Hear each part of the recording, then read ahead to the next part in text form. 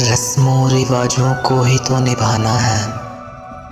ईद आ रही है, कौन सा तुम्हें आना है। वक्त जरा धीरे गुजर, अभी तो मुस्कुराहट को भी होंठों पे लाना है।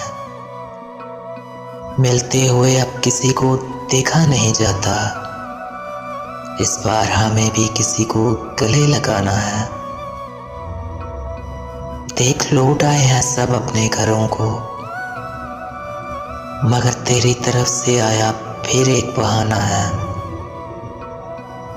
एक रोज याद कर लिया कर याद करने वालों को, फिर भुला देना साल भर अगर तुम्हें भुलाना है।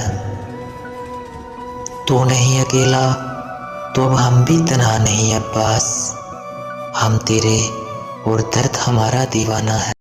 Likey